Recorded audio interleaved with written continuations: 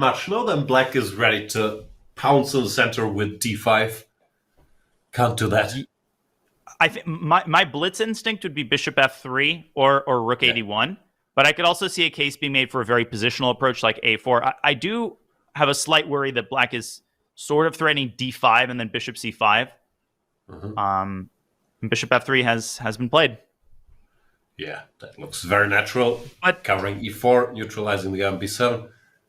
Can black weasel away with I mean, I don't think Magnus will play this because it's a bailout attempt. But d5 can be calculated here.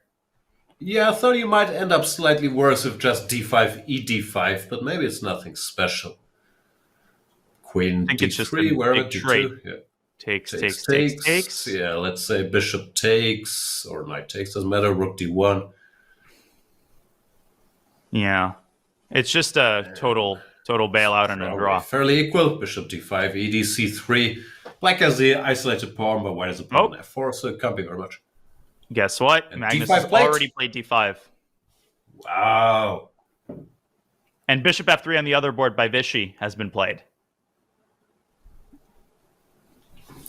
So this just gonna be 2 quick draws, and then we're sitting here for 2 hours waiting for the chat to vote on move 3.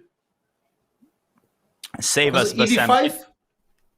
Is it forced? Can you go e5? E5, No. Probably... What's going on? Bishop c5?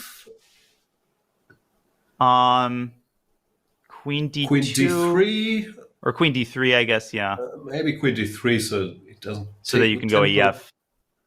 Yeah, I'm not sure if it's any good, frankly. Bishop e3, ef, and just whatever. Bishop c5. But at least this has some meat on them. I would definitely go for this over that bailout line. Yeah, bishop c5, fg. I assume you take. Say king takes. Some. Yeah.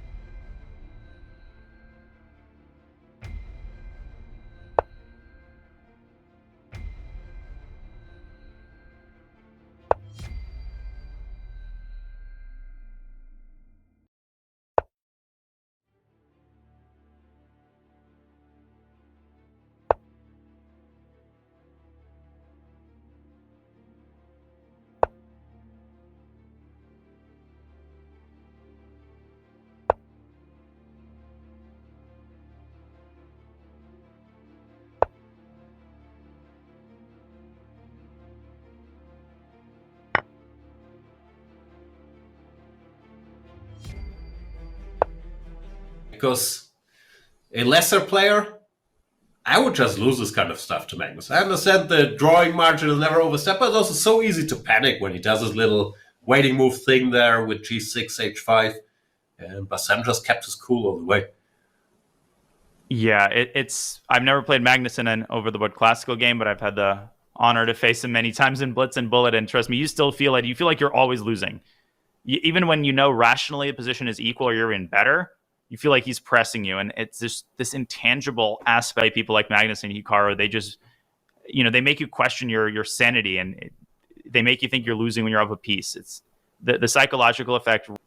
Trust me, I've played him enough to know that. I'm telling the chat, the fans. You're one of the few people who can play them on even footing. No, if the clock is low enough, you can hang with these guys. So they still, even a bullet, they're in your head, or it's fine.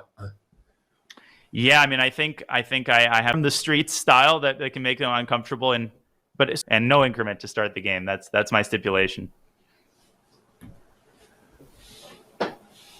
Even there, these guys are terrible, so that is very impressive. I appreciate it. There it is. We have a repetition happening right now.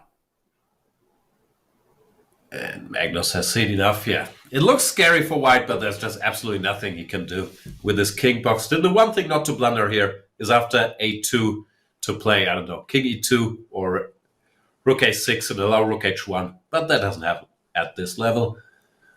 So they will just call it a day. After a2, white plays king g2, and there's nothing to do. Okay, and a repetition. That was a much more informal process than we're used to in the tournament, like the candidates, when a repetition is claimed. But here it is clear that there's nothing left to do. We have a peaceful result. And on the other board, that is soon to follow. Let's listen in for a bit to the discussion.